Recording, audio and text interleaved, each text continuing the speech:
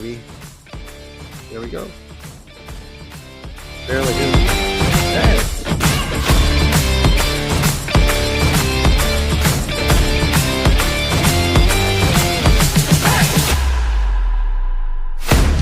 Welcome to the Fanatical Elfz Show, part of the Elfz Network. We are a bunch of wild and crazy Cleveland Browns fans, bringing you all the latest in Browns news. Tune in now.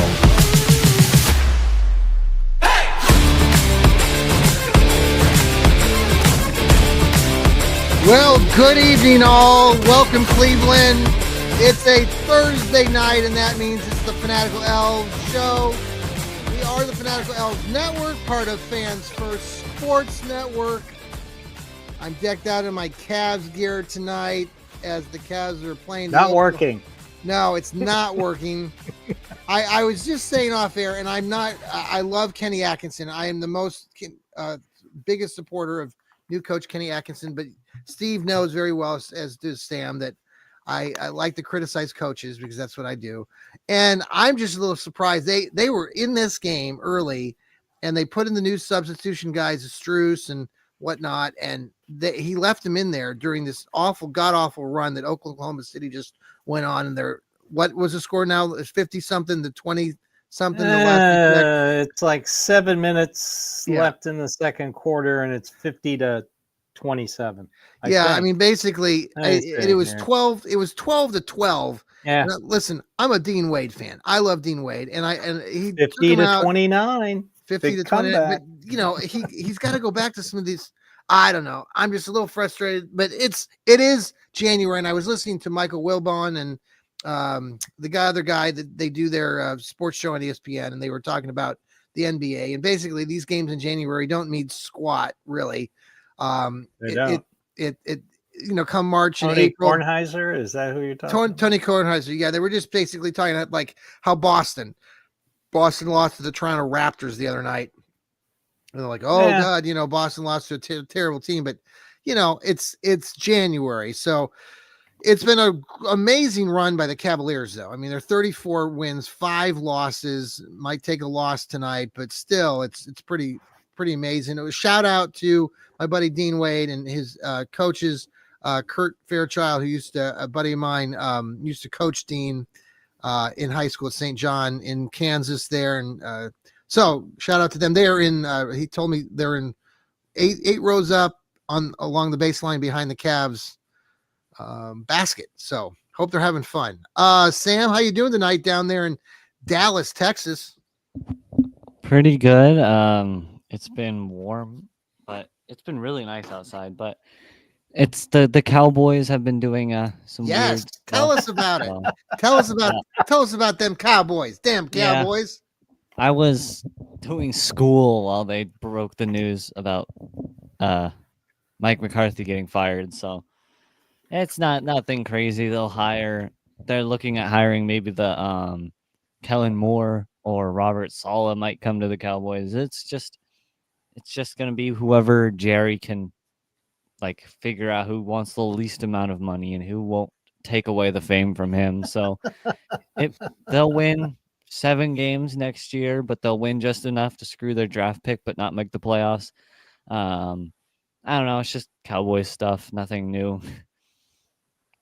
Nothing. Okay. I love how Jerry Jones wants to be the talk of sports talk radio for 2 solid days. He doesn't want to fire the coach on Black Monday. He waits a while. No. Then he takes over the airspace for a couple days. I love it. So now, okay, he fires. Okay, so how realistic is it now? And Steve, welcome to the show, Steve, down there in Nashville. Yes. How it's real? Balmy 48 degrees. Yeah, 40. You had a half foot of snow. We still have snow on the ground. Yes. Well, my story is that I was out in the cold this afternoon for a few hours, and I'm telling you, man, I didn't bring a winter coat, and it's only been in the 20s here up in Columbus, and we had a little bit of a 10-15 mile per hour wind. I know that's hard for you to believe there, Sam, where you live in Texas. It's you always get wind there in Kansas and Oklahoma and Texas. Up here in Ohio, we don't get it as much so, but it was blowing today, and I was outside trying to help some folks for a couple hours, and man, I've been warming up all afternoon.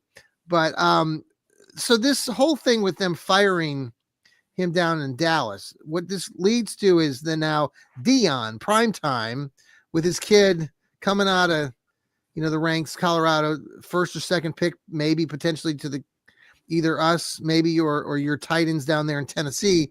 What does this do? Is it the Sanders? I mean, is Sanders going to be the new head coach? Right now, it's just talk. I mean, but again, Jerry doesn't want Dion. He might want Dion, but he doesn't want someone to take away the fame from him. He still wants to be the head of the team. He still wants to be the face of the franchise, and Dion is both of those. And so we'll see. I don't think Dion would go to Colorado for only 2 years just to leave already. I mean, how long was he at Jackson State? Yeah, like a year. Yeah, Dion just goes to where the light shines. Right. I mean, he could care less about Colorado right now. I'm telling you right now, he could care less. Yeah, but I mean, he can say whatever the hell he wants, but he's not telling you the truth. I don't think Dion's coming. Personally, I wouldn't be shocked if he was, but I don't think he's going to come. I think they're going to hire someone who is going to be a CEO coach who's just basically there to be the head coach because they have to have one and have maybe someone call the plays, something like that. I don't think it's going to be anything extravagant, but it's Jerry, it's the Cowboys. I have really no idea. Steve, what do you think?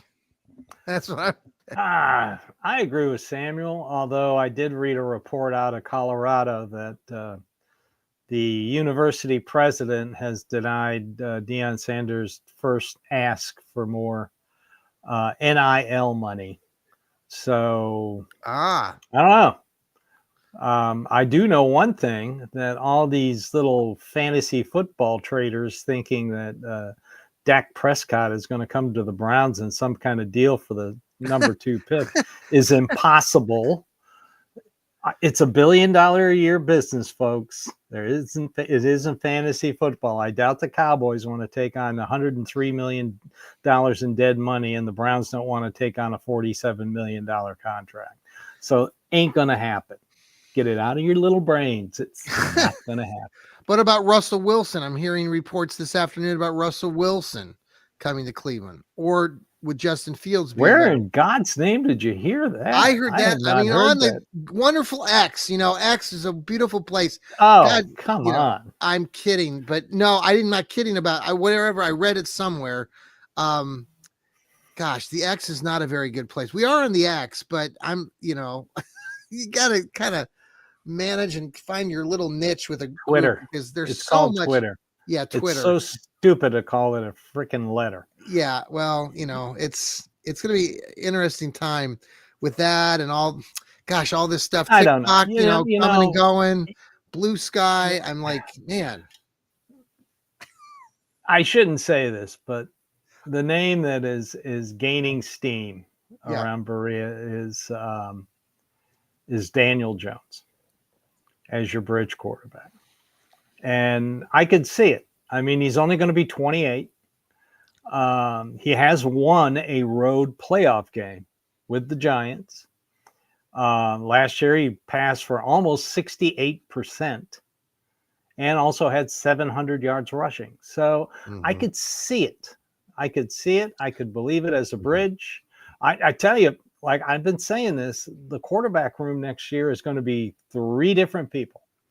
I mean, they're going to keep DTR because they're going to need a camp arm, but they're going to get a bridge quarterback. They're going to get a young bridge, and they're going to draft somebody late. It's not going to be the second pick because there's no quarterback in this draft. Well, except I'm just going to right away. I'm going to counter that with Dustin Fox, who's a kind of a personality here in Cleveland. A lot of people like his stuff and respect his opinion. He's guaranteeing that the Browns are going to take somebody at number 2. I saw that. Take a quarterback. They don't even know who they're going to take with the second pick yet. He's guaranteeing that. Okay. Well, good for him. Goldhammer guaranteed they take Sam Darnold, and he ended up eating horse. Oh my God, Sam Darnold, please. Jeez. that was not a big surprise. Sam Darnold was never going to be.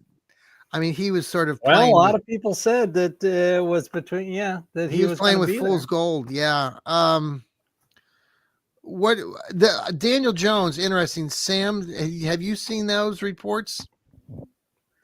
About Daniel Jones? I Yeah. mean, yeah, a little bit, but like Daniel Jones could be a bridge quarterback, but if we're talking a bridge that falls off a cliff, he'd be great at that. I mean, we're not Daniel Jones is something. I don't think he's obviously not that good, right? I don't know Yeah. how he got paid like what 35, 40 million with that contract he got with the Yeah. Giants. I mean, that was bad. But right now it really doesn't matter because this team it doesn't seem like even with a bridge quarterback that would win you 9 games, we're still going to win 9 games. I feel like right now it's just Well, here's pick the thing. someone I who feel. I'm sorry, Sam. it's just right now just pick someone who isn't going to lose you every single game, but not someone who's going to win you a bunch of games like Sam Darnold, but then lose in the wild card round. It's something. It's in the middle. It's just going to be a bridge quarterback. I'm not expecting anything crazy, but not Josh Allen. Daniel Jones would be an interesting bridge quarterback. Well, the only reason, and a couple things that I've observed, and I wanted to then talk about Denzel Ward's comment about quarterbacking today, which we were talking about before we came on the air, which has populated the X or Twitter in the last couple hours.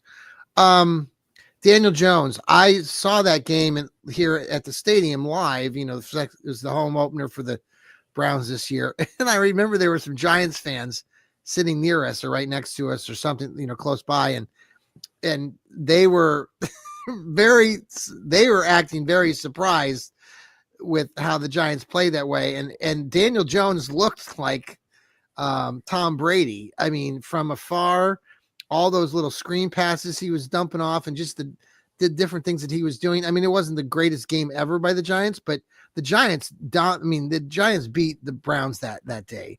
And Daniel Jones was the winning quarterback. And like you said, Steve, his running ability, his ability to get out and run when he needs to is impressive. And those are things that, like, if we're talking about going back to Stefanski's ways, tight end heavy, run game, throw Daniel Jones in there who can run that sort of the play action stuff. I mean, that could look pretty interesting. He's, like you said, he's 28 years old. And then Denzel Ward, which kind of gives me some hope, Sam, like, because I think, like, you know, Denzel Ward's talking on TMZ of all places about the Browns just needing somebody better at quarterback is what he said.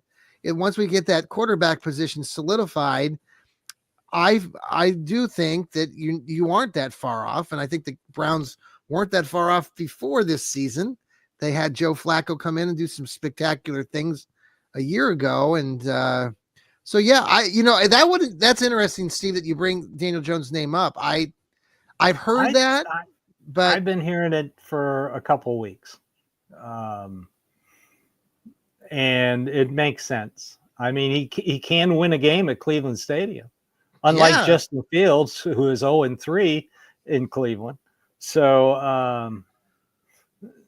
I could see it. And then maybe your young backup could be somebody like, I know this is your backup quarterback. Everybody just calm down before take a deep breath. Yes.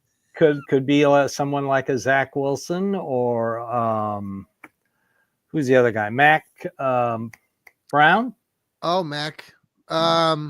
Mac Jones. No, the guy who used to play for the Patriots. Oh, I hate him. Mac Jones. Yeah, I think that's Mac Jones. Mac Jones. It could be. Jones. Well, he's your number 2. Okay. I mean, I think Jameis Winston has rode himself out of town, and sorry, I don't want to bring back Jacoby Brissett. He is guaranteed to be a 2-loss, 1-win quarterback in 3 games, and I mean, he is accurate, and if you put better, I don't know. I'll just say that I've been hearing that the quarterback room is going to be completely different. Andrew Berry basically said that at his season-ending news conference. and Deshaun Watson would have no factor involved in what they do at quarterback. So if you're a Browns fan, that's good news. Yes. And the hiring of Tommy Rees, Yes. and the Bloomgren guy, I kind of like both those hires. Okay, so I'm not as big of a fan, I guess, but the way that it seems like it's going to play out is that Tommy Rees is just basically there as a title, that it's going to go back to Stefanski. Something to watch for. Okay. If they hire somebody as the quarterback coach, because AVP and Dorsey were both OC/quarterback coach. If they hire someone separate as a quarterback coach, then that tells me Tommy Rees is going to have a lot more input in the play calling. Okay. I've heard that they're trying to get the Bevel guy out of Miami, but it would be a lateral move. And because Bubba Ventrone already holds the title as assistant head coach, they can't put that on him. Bubba Ventrone, who's now going to be the head coach of the Senior Bowl game, American side. Yeah. And our defensive line coach is going to be the DC of the other side. Okay. I love it. Bubba Ventrone is not going anywhere. A lot of people are surprised by that. Some people are surprised that Tommy Rees is staying. You said off air that our guy Vrabel wanted him. According to Albert Breer and Brad, I'm having senior moments from the OBR. Vrabel wanted to take Brad Ward. No, not Brad Ward. The other guy. But anyway, Steinbrecht. Steinbrecht, yeah. Yeah. Vrabel really wanted to take him, and the Browns, that's why they promoted him to OC. They wanted to keep him. Kevin Stefanski loves working with him. Okay. Now, he wasn't a real successful. Okay, all I will say this is I'm sure he'll be fine. And I bring this up just because I like to be annoying.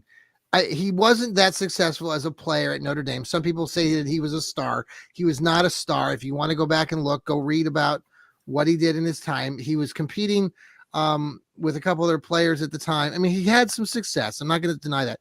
Then I don't like the fact that he was arrested for trying to run away from the police after a party in college. Now, granted that happens, but John, what the hell does that have to do with it? I think it just. I was arrested twice in my life. Okay.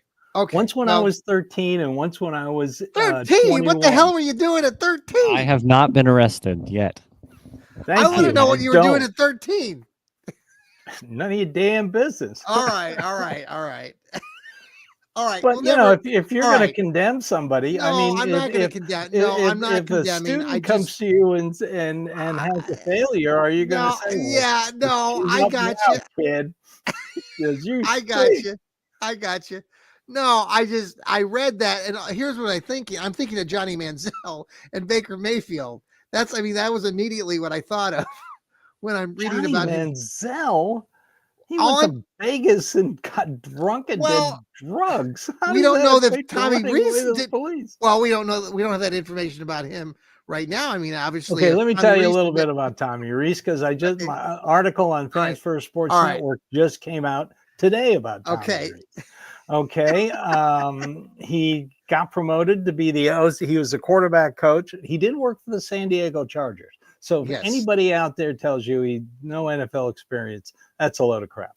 Not a lot. I mean, he's with San Diego. He was in a minimal role. I mean, okay, fine. Okay. Well, still, he got an NFL experience. His dad was Phil Savage's pro personnel director. By the way, his dad, I'll throw this into you. You might not have known this, but his dad is a graduate of Ohio Wesleyan University, which is one of my favorite colleges locally here outside of Columbus. So shout out to Ohio Wesleyan. His dad still works for Notre Dame. I think you're right. Okay. But anyway, he, as an offensive coordinator at both Notre Dame and Alabama, even though he's a quarterback and a smart one, his offenses ran the ball 2/3 of the time. Yes. So, and averaged like almost 180 yards rushing Okay. in the whole time. I think he was, as OC at both schools, I think his record was 42-10. And his 1 year working with Jalen Milroe had his best season. I mean, he passed for something like over 72%. He had a real high quarterback rating. He had, I can't remember, a career high in touchdowns. So, and plus, he knows Jalen Milroe. He knows his good quantities, and he also knows his bad quantities. So he could be a sounding board in case they're looking that direction. Sam, do you agree with Steve? With Milroe, you've been studying the draft a little bit, and now that they've picked him up, is he on the board for the Brownies? Milroe could be a good late second round pick if you wanted to go that way. I don't think the Browns need to. And again, they're quarterbacks, so they tend to get overvalued. But I feel like only quarterbacks who are going to get taken in the first round are going to be Cam Ward and Shedeur Sanders. I feel like everyone else is going to stay second round. Yeah. You might see see one more quarterback pop up, like pick 18 or something. What about Dart? Well, there's been a little bit of chat. I like Dart. I've just watched him over the years. He's been there for a while, right? Mississippi, right? Ole Miss. Yeah, he's no better than a third rounder. Okay. Yeah. But like Samuel says, somebody will overvalue him and take him early. But you never know. Quarterback drafts can settle when they're not that good. Yeah, Milroe. Go ahead, Sam. Milroe as a late. It's now, of course, you aren't going to be in the late second round, but Milroe could be a good early third, mid second round pick if you wanted to go that direction. Just have someone so you could point to trying to fix the team or whatever. I just don't see hiring a coach changing something. Well, the like Browns do have the second pick in the third round. 67. Yeah, so if he falls that far, you could see maybe a third round. Can you think of offhand like other top quarterbacks in the NFL in recent history that have been successful that have been drafted outside of the first round? Can you think of a handful? I mean, I'm trying to think of a few players. Tom Brady, if I'm not mistaken. Who? You've got Tom Brady is the first one that.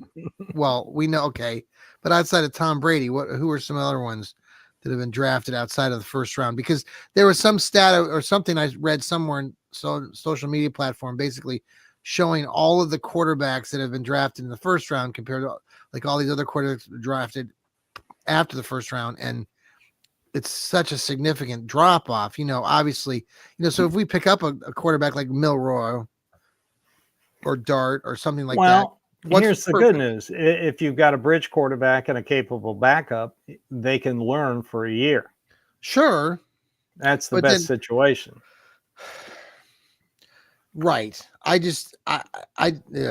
You just wonder if they take again, I can't think of another quarterback. Like, okay, with the Browns themselves, I'm thinking, was Brady Quinn taken in the first round when we drafted Brady Quinn? Okay. They traded up to get him. Colt McCoy they had comes to mind. picked Joe Thomas, and then they traded up to nab Brady Quinn. Colt McCoy, was he drafted as a first rounder? I don't remember. Don't know. Just a few other guys. Russell Wilson was a third rounder. Kirk Cousins was fourth. Derek Carr and Jimmy Garoppolo were second. Let me ask you this. Yeah, what else? Jalen Hurts was this is a little old, but Jalen Hurts was also past the first round. So he was. Jalen Hurts right. is looking like he might be good, like a top 5. So yeah, there are a lot of people who have happened, but it's definitely harder. Okay. It comes down to luck a lot more, though. Yes. Okay, let's pause here for a quick commercial break. We are the Fanatical Elfz Network, part of Fans First Sports. We'll be right back. Hey, thanks for coming back to us here on the Fanatical Elfz Show. It's a Thursday night. We've got myself, John Suchan, in the house with Steve Gill and Sam the Man Britton down there in Texas, and we're talking about the Cleveland Browns and all the fun stuff that's going on right now. with them. Tommy Reese just got signed on as the offensive coordinator. A lot of chatter this week about the Browns with this latest article from James Lloyd. Some breaking news, Sam or Steve? No, I was just looking at second round quarterbacks. Yeah. Brett Favre. Drew Brees. Everybody forgets about Drew Brees. Oh, I had a quarterback for you. Okay, you mentioned Boomer Esiason, Randall Cunningham. Oh, Andy Dalton. Okay. Ron Jaworski. That's a good list. And Cordell Stewart. Derek Carr down there in New Orleans, right? Correct? Is he available this offseason? No. Somebody was no. Okay. Okay. His contract is prohibited. Okay. They're not going to trade for a quarterback. No, but I thought somebody mentioned his name to me this week, and for some reason they thought maybe he was like available because I don't know why. Okay. So there's this Jason Lloyd article came out in Cleveland. If you don't have the Atlantic, I don't read it because I'm not going to pay a couple dollars to go read these people's articles. That's what, Steve, I got mad about earlier at some point because I've bashed Jason Lloyd before. I think he's shares a lot of crap that, people buy into because his name's Jason Lloyd. And I don't think anyhow, he's got a lot out there this week and people are reading his stuff and basically he was saying how there was a disconnect and no one liked Watson and Watson, basically is now gone. And, yeah. And I'm not going to read his crap. No, I'm not going to read that. Anywho, it's just interesting with everything that's going on. I mean, we know that Watson has, snapped his Achilles tendon now. I think his career is over. I don't think he'll ever. I can't see anybody coming back from two Achilles tears. I just have anyone heard of anybody coming back from that kind of surgery? Not only once, but twice in 3 months. That kind of surgery. Yeah. And to be honest, and I've said this for a long time on this program, and that I've just not bought into, and maybe you saw into this too, Steve and Sam, but I just never genuinely thought that Deshaun Watson really cared, and that's kind of what we've talked a little bit about in off air. He really didn't care about being in this locker room, part of this team, and he didn't seem to have that passion out there on the field. And I'm not going to be upset now that he's not going to play for us, our Browns. I think it's going to be something different. I think it's giving fans a little bit more optimism, the fact that they're starting to realize that Watson's not going to be around and that maybe the Browns can shift their gears and maybe pick up like a Daniel Jones, like you said, Steve, and they're hopeful that maybe they can get back to. You still got Kirk Cousins as a possibility. Mm-hmm. So, but hopefully it won't be like 22 when they did this damn trade to begin with. I mean, you go back there, the draftable quarterbacks were terrible. We were talking off air. Yeah. The available free agents were people like Teddy Bridgewater, Marcus Mariota, Mitch Trubisky. Those were your big free agents. And you think about it, like even this weekend, and your trade target. Wait till you hear this. Your trade targets were Matty Ice down in Atlanta, who Indy traded for, and Russell Wilson in Seattle, who Denver traded for. Wow. Yeah, and at that draft, as Samuel and I were talking, the first quarterback taken and only quarterback taken in the first 2 rounds was Kenny Pickett of the Steelers. How'd that work out? Small hands, Kenny Pickett. Small hand, mighty mitts. Steelers. Well, the only Steelers, guy who buys his gloves at Oshkosh B'gosh. The Steeler fans there, and we shout out to the Fanatical, the Fans First group over there. Great group of guys that help really run this Fans First programming. They've been talking about, the needs and such. Natives are restless in Pittsburgh. Yeah. I think a lot of people thought that Mike Tomlin was going to get fired. I don't think that's happening. He's taken them multiple times to, over 500 all those years and to the playoffs, and they lost. It's an endless cycle. you win 10, 11, 9 games. You go Yeah. to the playoffs, you Yeah. lose, and you pick Yeah. 21, 22, and 23. Yeah. I mean, it's a cycle. Yeah. The Browns did it last year with Yeah. Flacco. Yeah. I mean, it's just, we make the playoffs and we lose. They haven't won a playoff game since 2016. Yeah. No, I'm a little bit more optimistic about going into this now. I don't know why. I mean, like I said before, just because of what we kind of know about the situation, and I think it's given me a little. Yes, with Watson. It's kind of that feeling of dread has lifted a little bit. bit. I'd rather have dread. That's the thing. It's like Browns fans talk about all this all the time. Like, which was worse? The 0-16 and 1-15 seasons, or this season. And they keep, and I don't want to talk about it because it's like this revisionist history we talk about. Like, people are going Actually, back. the 0-16 was worth. I expected them to go 1-15 because it was a total rebuild.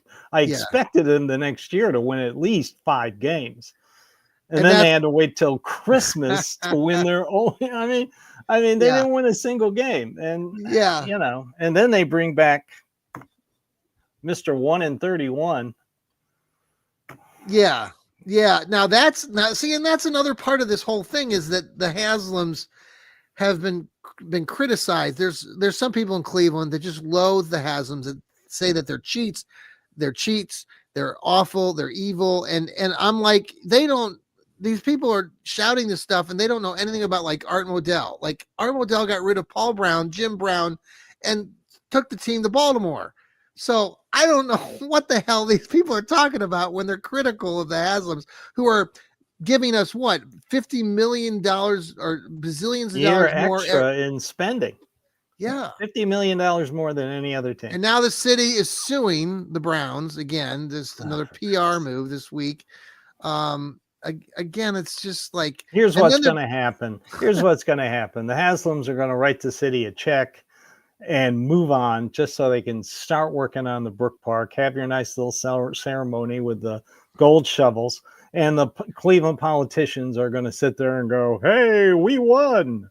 Well, and it's been interesting because a lot of the local media here, at least what I see here on social media and what I listen to some of our colleagues from Fanatical Elfz like Lou, are saying, the local media folks are kind of like, even like Jay Crawford, who I've always respected, but they're trying to bring like dirt on the Haslams, or they're trying to create this sort of spin, and I just don't like it. It's like, why are you so anti-Browns right now? So, I mean, obviously the Browns suck, but you don't have to, side with the city. And they're talking like the city's trying to say how, the lakefront is like this magical place right now, and have the nice science center, and there's some other things, but they've never invested in it for 30 some years. I mean, this has been a discussion that's been going on for decades. Decades. Sam, you weren't even born. This thing has been discussed as far as back as I can remember, in the 60s and 70s when I was a kid. They've never created this utopia along the lakeshore, and the Haslams don't want to spend the money. No, and now the Haslams are at least saying that they'll like cut a check, like you said, maybe build some nice things down there, and then in place, and then put the dome down in Brook Park. So, anything else did we miss this week? There's been some other things that have come up. Browns are going to play in London. Ooh, yes. We got to get Paul Brown on here again. Talk to Paul. Oh yeah, he's going to be. He'll be. And Jack Duffin. They're both. Yes. They're Lou Marconi's had a couple interviews with Jack Duffin. So if you guys like to listen to Jack, he's a great guy. Works for OBR, who we've talked about a little bit. They have really the inside scoop on a lot of things. And so yeah, Jack is over there in England. Paul Brown is over there. Yeah. Anything else? They got to figure out who they're going to play. It's not going to be a division rival. The last time they went to London, they played the Vikings, and the Vikings are on the schedule. So it would have to be. I'm leaning, and it would have to be a home game. It won't be another AFC team because all the AFC has 9 home games this season. They won't take 2 home games away. So I'm leaning towards either Chicago or San Francisco. Okay. And those would be And two. Green Bay played in Brazil last year, so it won't be Green Bay. Oh, okay. So Chicago or the 49ers. All right. Yeah, that's I like why that. I'm leaning. Okay. And probably I read somewhere I think Cleveland that they shared it somewhere on their website that I think they're saying it was going to be the game would be in October. October 5th Is that the set is date? what Okay. someone in London who's a Browns fan, it wasn't Paul Brown or Jack Duffin. Okay. That's when they were offered. That's when I think the scheduling for Tottenham. That's where they're going to play. Okay. That's where there's an open. They noticed there was an open for that. Well, there was something weekend. in the Cleveland.com or on the Cleveland Browns site that talked about the trip because they're sponsoring a trip. And it was mentioned somewhere in there about a game time sometime. I thought it said October. So that would make it's sense. October 5th is what this guy thinks. Okay. Sam, anything else we're missing this week about the Brownies? Not that I can think of. No, I don't. Final takes tonight, guys, on anything you want to visit and share out with our fans here on the Fanatical Elfz Network? Not really. I'm looking forward to the Senior Bowl practices. I'm glad the When's that Browns will coming up? have 2 coaches. It's in between. Senior Bowl is East West is end of January. Senior Bowl is February 1st, but games don't matter. It's all about the practices. Sure. Of course, Andrew Barry will be there. He goes every year. Yeah. I'd like to see Kevin Stefanski go because they are going to have some draftable quarterbacks playing. Yeah. Like the kid from Oregon, Will Howard, Jalen Milroe. Who else is going to be down there? There's like 5 quarterbacks that are going to be down there. So yeah. Well, it'll be fun. Get to start. You get to more talk talent. to them. That's where the interview process starts. Yes. Sam, what are you looking forward to? Anything? Final thoughts? Oh, tonight? Playoffs, And- NFL playoffs, And Monday Browns- night. Oh yes, for God's sakes, yes. Buckeyes are playing Notre Dame. There you go. We should do a special show for that game, or maybe I'll do something post. I don't know. I'll do something post game. It's supposed to be bitterly cold here on Tuesday and Wednesday, so we have Monday off from school for Martin Luther King Day, and hoping that we might have a second day off because the wind chills here are reported to be going down to minus 20 to 25 below zero on Tuesday and Wednesday morning. So, But sorry. anyway, I interrupted you, Sam. Yes. What are you looking forward to? NFL playoffs are going to be interesting, seeing who makes it, who doesn't. I personally have Bills, Chiefs, and then Lions, Eagles. I think are going to be your AFC and NFC championship. Wow. I think the NFL wants Bills, Chiefs, Lions, Rams because of the story that they would get from the Lions Rams. Oh, and yeah. then I think they'd want Bills Lions as your Super Bowl for the views, but I think the Chiefs still, as a Swifty kind of thing, would still probably be the best bet. But I think Bills Lions would be the best Super Bowl in my opinion. I don't know. I think it's going to be Chiefs Lions Super Bowl. Yeah, I think you can't bet against the Chiefs until they lose. Eagles have a good bid though. They're looking pretty good. Commanders, I think are good, but they're not as good enough to beat the Lions or the Eagles. Okay. The Rams, shocked the world last week and destroyed the Vikings, but you think they'll get beat by Philly? Okay. Yeah, I do. Yeah. Okay. What are your thoughts on the playoffs, Steve? I just want the Ravens to lose. And I don't want the Lions going to the Super Bowl. You don't. No, I think of that short list of teams who's left? It's us. I don't. Who's left? Us and the Lions. I want to be the Browns. Jacksonville's never been. The Panthers have been. Who else? It's like 5 or 6 teams. There's still 5 or 6 on there. Cleveland, Yeah. Lions, Jaguars, Houston. Okay. Can't think of the other ones. Arizona's been. It's so Seattle's hard. been. Yeah. Mm-hmm. 49ers have been. I don't know. Well, maybe we'll be there next year. I hope so. We can turn it around. Well, everybody, thanks for joining us here on the Fanatical Elfz Network. Make sure you listen, read the articles on Fans First. And I know you have your Dog Pound South show, Steve. And Monday. Sam's on Mondays. Sam's got his Browns breakdowns. He also writes for Cleveland Sports Talk. Steve writes for Fans First. Catch his latest article on Tommy Reese. I have my Johnny Cleveland podcast. Lou Marconi and I do the Stirring the Pot show together. We weren't on this past week, but we'll be back on this upcoming Monday, January 20th. Tune in to Sherry. Sherry had the Stefanski girl, Lana, on last night. Check out their latest podcast, Blown Away. No, I always screw this up. Ethan Greenberg, our new colleague, his show is Going Nuclear. Going nuclear, yeah. Yes. He was on earlier this evening. Thank you very much, Ethan, for a great show. His colleague Mike, I believe is his name, and Heather. There might be some new news with Ethan and Heather coming down the pike here for the Fanatical Elfz Network. So stay tuned for that. If you're on social media, we'll maybe be announcing something new and exciting. And we got Jarrell Flint with Dog Pound South, Dog Food Radio. Rod Bloom with his Browns Blitz. And who did I miss? I know I probably missed somebody. But all these guys do great job, and I appreciate you from the bottom of my heart. And a shout out to Hemisphere Coffee Roasters.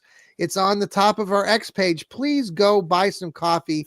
You're buying coffee. We get back a kickback of 15% here for our Fanatical Elfz Network, and to keep the pennies rolling in for us, that would really be helpful. And it's amazing coffee. I truly say this this is the truth.